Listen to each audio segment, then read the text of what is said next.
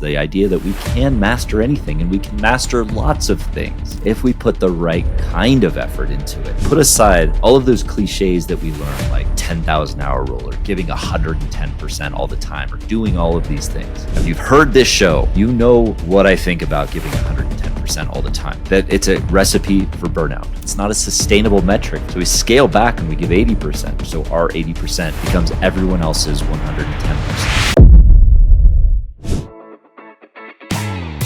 Hello, everyone, and welcome to the Flow Over Fear podcast, where it is our mission to help you to rise above fear and realize your ultimate potential in leadership and life. I'm your host, Adam Hill, and it is my goal to share with you the human side of high performance. My guests share their experience with fear, anxiety, struggle, challenge, and most importantly, despite all of it, how they rose above it to achieve incredible results. So, if you're ready to rise up, let's get started. Hello, everyone, and welcome to Flow Over Fear. And I want to ask you, have you ever wanted to master a new skill? Have you wanted to maybe it's a new musical instrument that you want to pick up, or maybe it's a new fitness activity or an investment idea or business that you want to start. But the idea of putting in the work it takes to master it, to the level of mastery that you want to get to that finish line, just seems overwhelming. That's happened to me many times throughout my life, more times than I could count. And when it happens, a lot of times I just think to myself, well, I might as well just quit because I can't put in the time. I don't have the time to devote to this, or I don't, or it's just too overwhelming or too absurdly long. I don't want to spend the next 5 years devoting my entire life to this. Has that ever happened to you and you've given up on something that you've wanted to pursue? Well, I want to talk about that today. And specifically, I want to talk about how we can put that aside and really truly master anything we put our minds to. And not just master anything, but also master lots of things. Because one of the reasons we tend to put aside the pursuits that we want to pursue is because we think we just don't have enough time for them, or we want to pursue other things, or we think it gets in the way of other things. But I have the philosophy that we can do it all and get a lot done. And, many times in my life, I've given up on ideas or not pursued certain things because I felt like it would just take too long, too much effort to master. And so I put them aside. Things like musical instruments that I've wanted to play. Things like playing the banjo, or things like doing karate, things like doing the Ironman triathlon. Things like starting a business or starting a speaking career or a podcast. Those things I put on the back burner.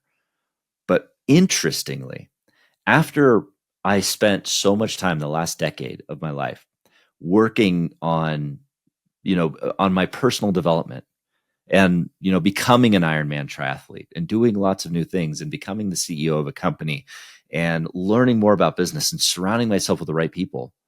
Well, within a condensed period of time, over the last few years, I've been able to master and get to a level of competency that I would have never imagined before in a lot of the things that I've done.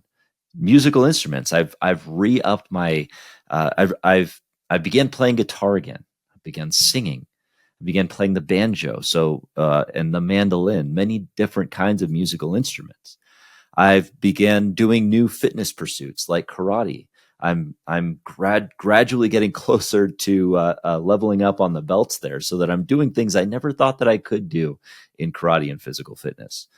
Investing in new things, starting this podcast and scaling it up pretty quickly, getting into a speaking career.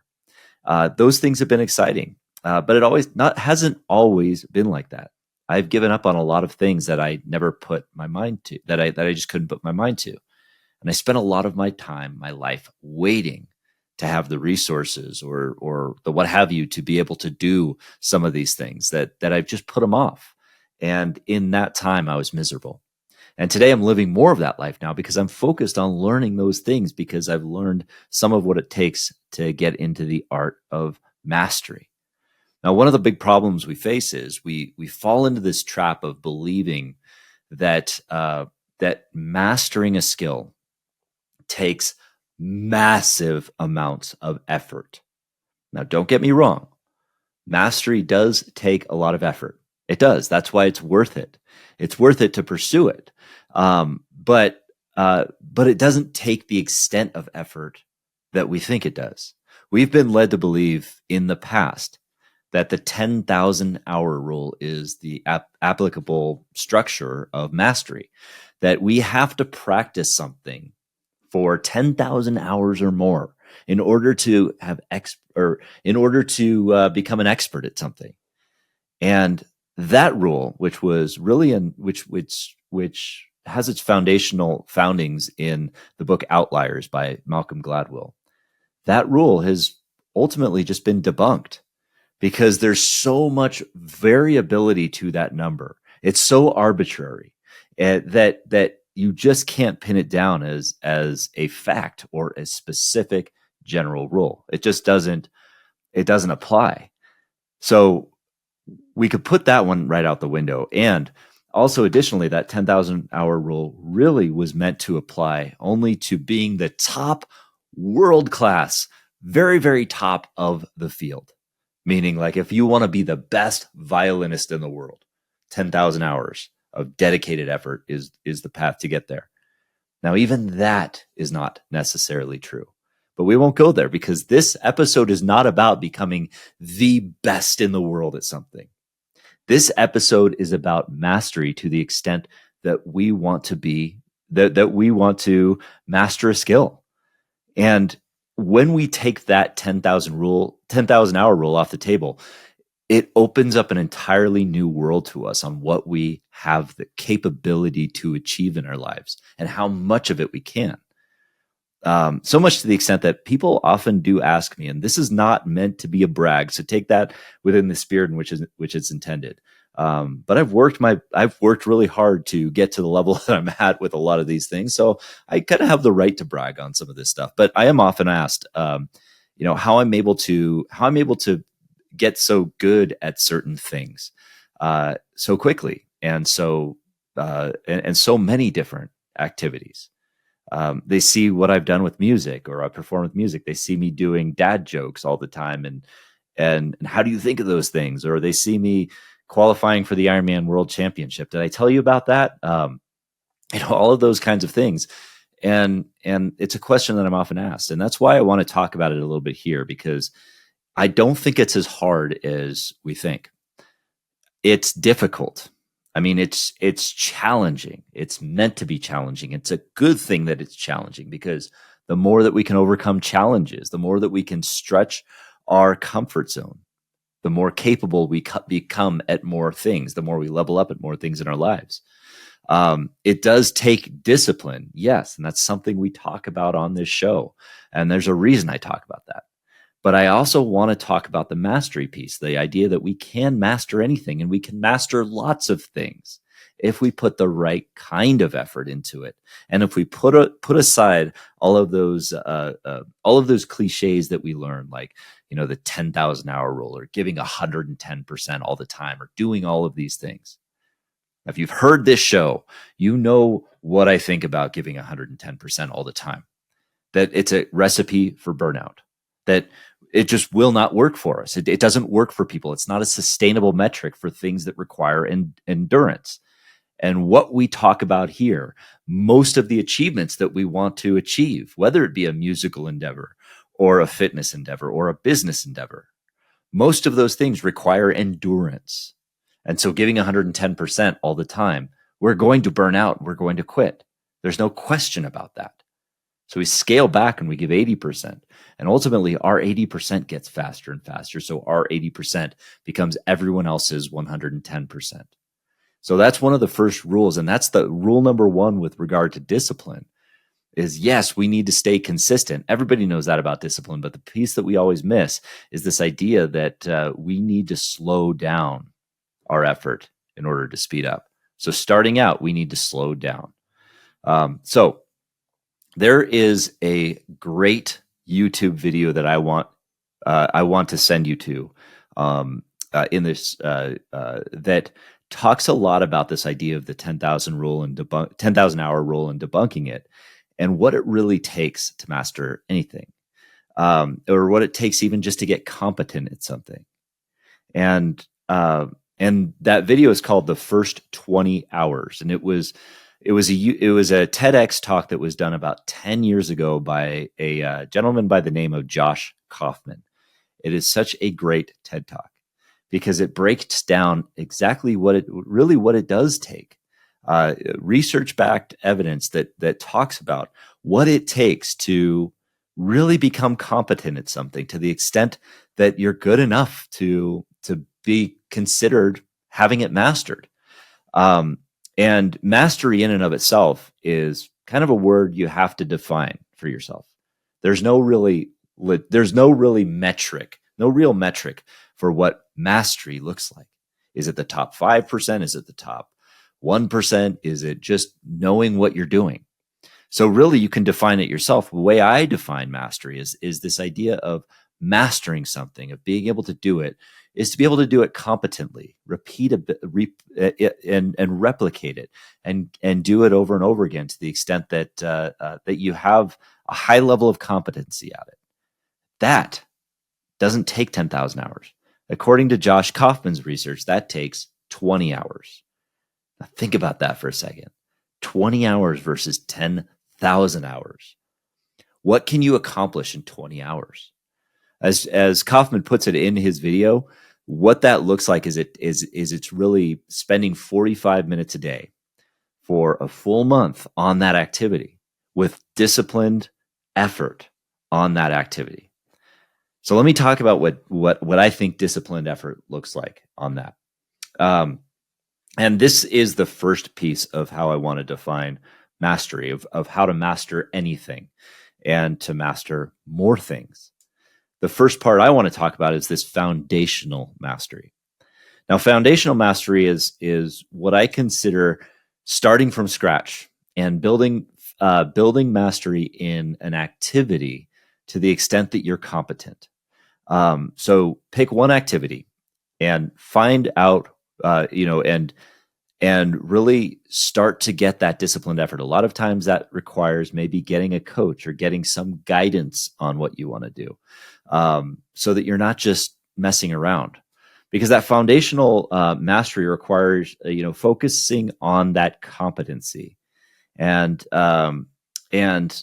this is where the 80-20 rule applies. Pareto's principle. Not only do you want to spend, just 80% effort on this activity so that you can stay consistent and maintain it sustainably, you also want to make sure that you focus on the 20% of the activities in that activity that will produce 80% of the results. You want to focus on the 20% of the activity that is going to produce 80% of the results. Now, many times, so let me apply this to what that looks like in a song, or in playing music. Say you want to learn to play the guitar, and your favorite song is Layla by Derek and the Dominoes. You will pick up the guitar and you start trying to play the Layla riff. You start trying to play that. You start trying to play, and you keep failing. You keep failing. You're not going to get a lot better, because what you're focusing on there is the 20%, or you're focusing on the activity that is at the top of the results. You don't have that foundational stuff done yet. You haven't worked on the fundamentals of learning how to play the music. So the 20% of the activities that are going to produce 80% of the results in most things, including music and fitness and investing and all of that, really comes from the fundamentals, learning the fundamentals. In music, what that looks like is learning how to play the scales and playing all the boring stuff and the arpeggios, learning the music theory, learning all of that kind of stuff. In fitness, what that means is doing the really easy cardio workouts and doing the really simple strength exercises and those kinds of things. Those things that translate into those other more complex areas, but we're not going to focus on the complex yet. It's just on the fundamentals. In investing, it looks like learning the principles of what business financials look like so that you can apply them to any other different business. Applying those fundamentals and learning the fundamentals of these things won't take much time, but they will have incredible results. So look for those things first. Look for the things that are going to produce 80% of the results that you want to see. And then what happens after that is, after you master that, after you get some competency in that, those activities translate into the other more complex things. So that when you want to play that Layla riff, you have those fundamentals, you have the muscle memory so that you can more easily pick that up. That's how you start to master it. I know that sounds really, really simplified and really, it's something that we all hear a lot, is work on the fundamentals, but that is why, because those fundamentals that we work on will translate into the more complex and the higher level stuff. When you build that foundation, that foundational mastery, that's when you can start adding on top of that.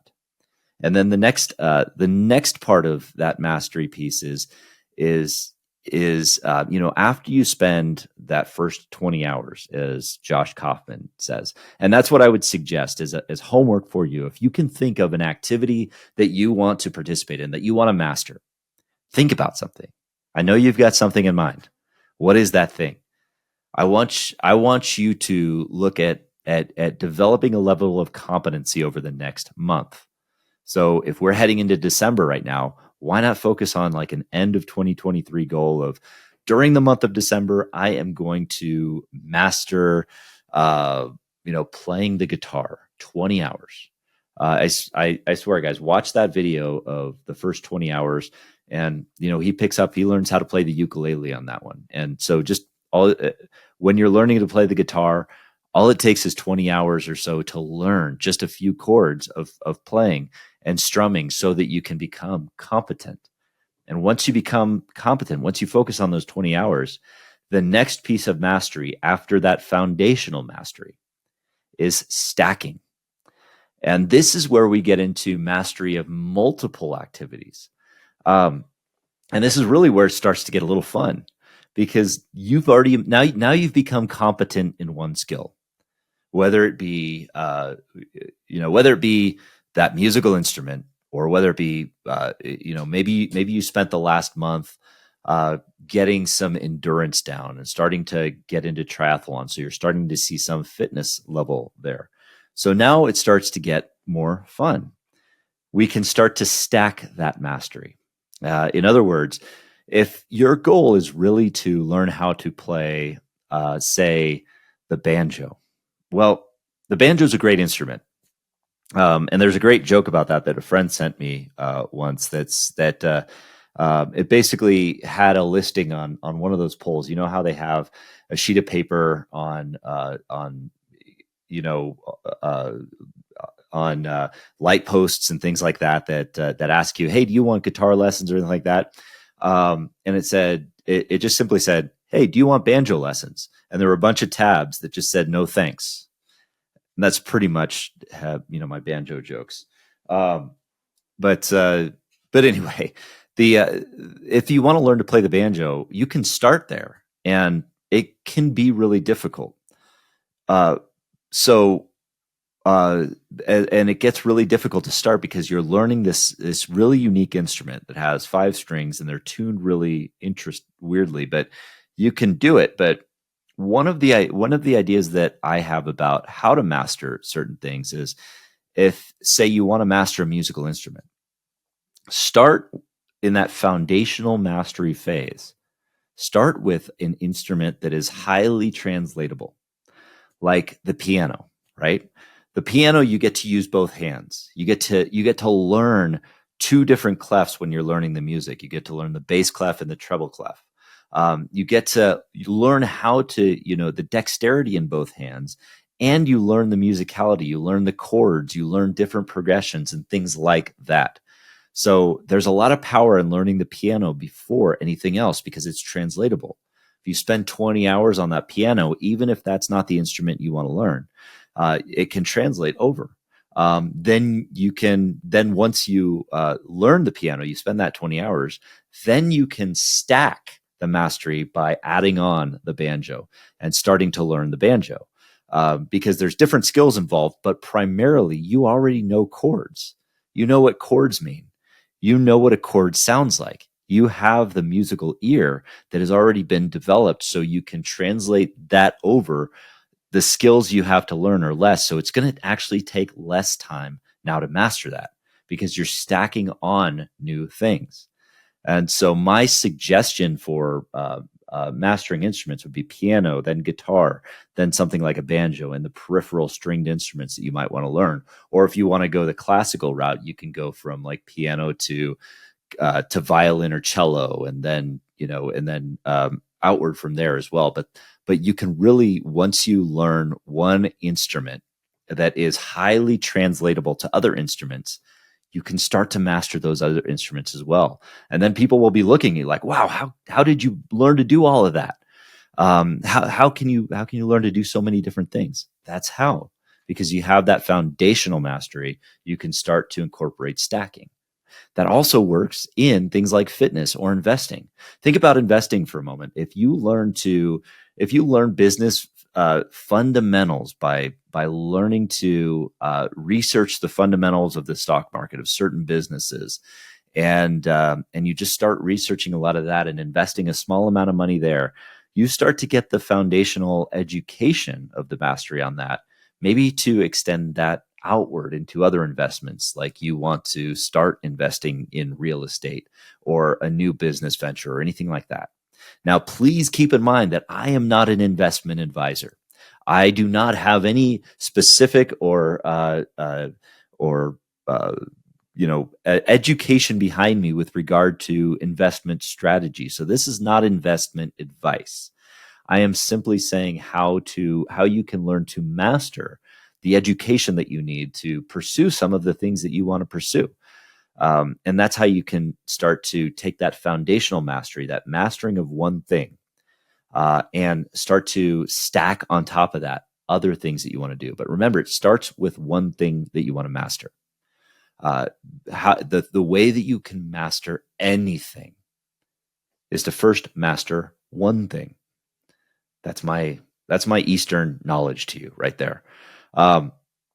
So then the final piece that I want to share with you, the final piece of advice with regard to that is, as you're stacking on that mastery, the one thing that you can do is decide, after you spend that first period of time getting to a level of competency. It is really, getting mastery to about 90%. It happens relatively quickly. It certainly doesn't take 10,000 hours to get to that level of mastery with dedicated effort. It takes closer to 20 hours to get to that level of competency. And you'll find that pretty quickly you get to about 90% of, that 90% of that skill level, where, you're reasonably competent, and that 90% didn't take long. That last 10% that gets you into expert-ville, that takes a lot longer. That's where that long tail is. That's where we call the learning curve starts to plateau out, and we get diminishing returns. So getting to that 90% really happens relatively quickly with a lot of disciplined effort. That last 10% takes a long time. But here's what I'm going to say about that. If you really enjoy that activity, if you find that over the course of mastering whatever it was, or getting competency in what it was that you wanted to pursue, then you can decide at that point whether or not you want to go into expert-ville and spend that remaining time.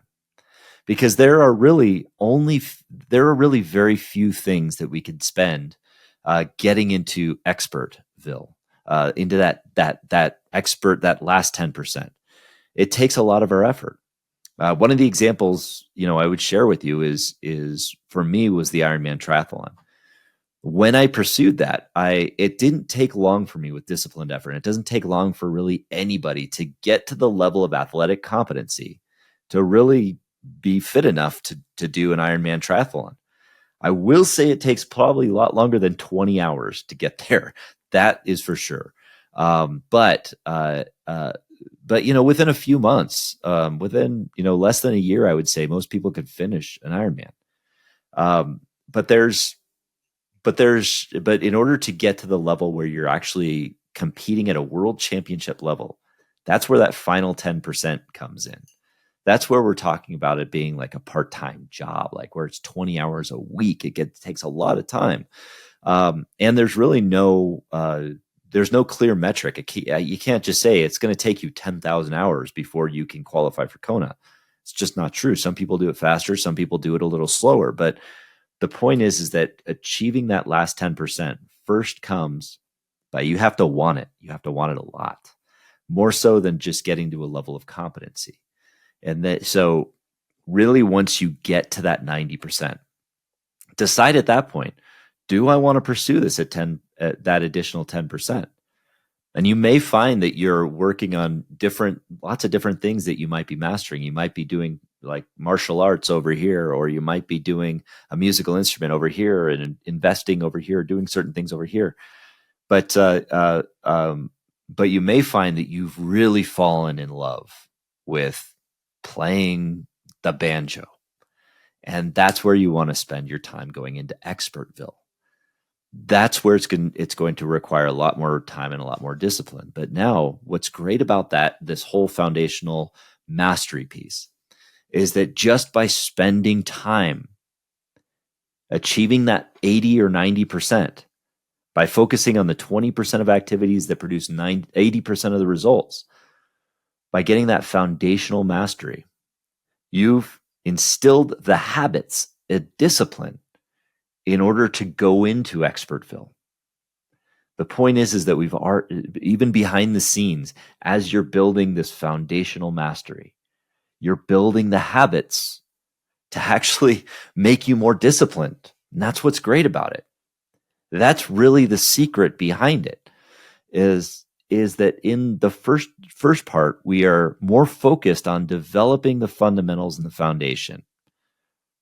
The script is really flipped from how we perceive it, because the way that we tend to think about it is that I want to be an expert in this and it's going to require discipline, so I'm just going to be disciplined and do it. But that doesn't work.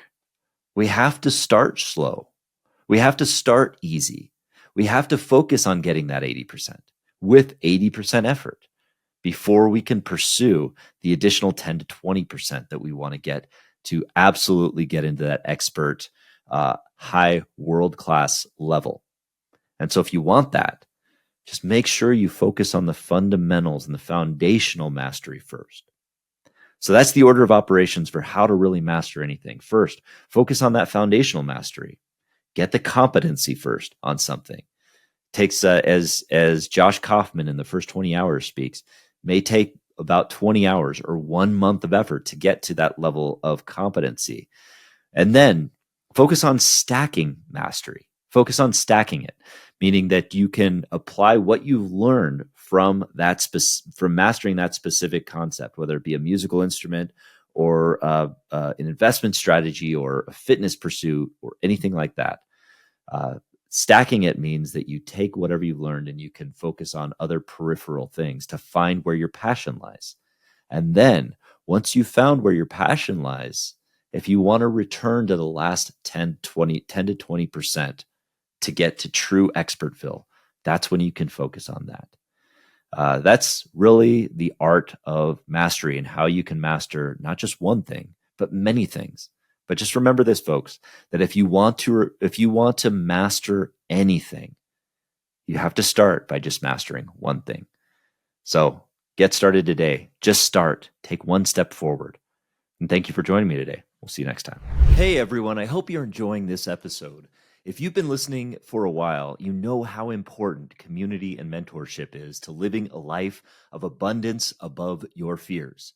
If you want to connect with me, hear about new offerings, episodes, and strategies to live with conviction, courage, and clarity, then sign up for my newsletter now.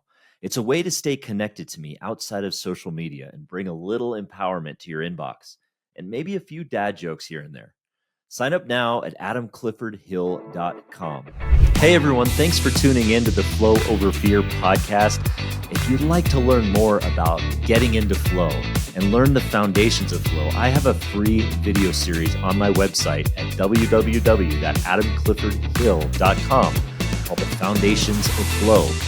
Feel free to go there and download it and start your journey to rising above fear and achieving greater flow in your life. If you like this episode, and I'm guessing you did if you stuck around for this long, then please do me a favor, hit the subscribe button, and you will receive notifications when I have new interviews, new recaps, and new trainings that pop up on YouTube. Thanks again for joining us.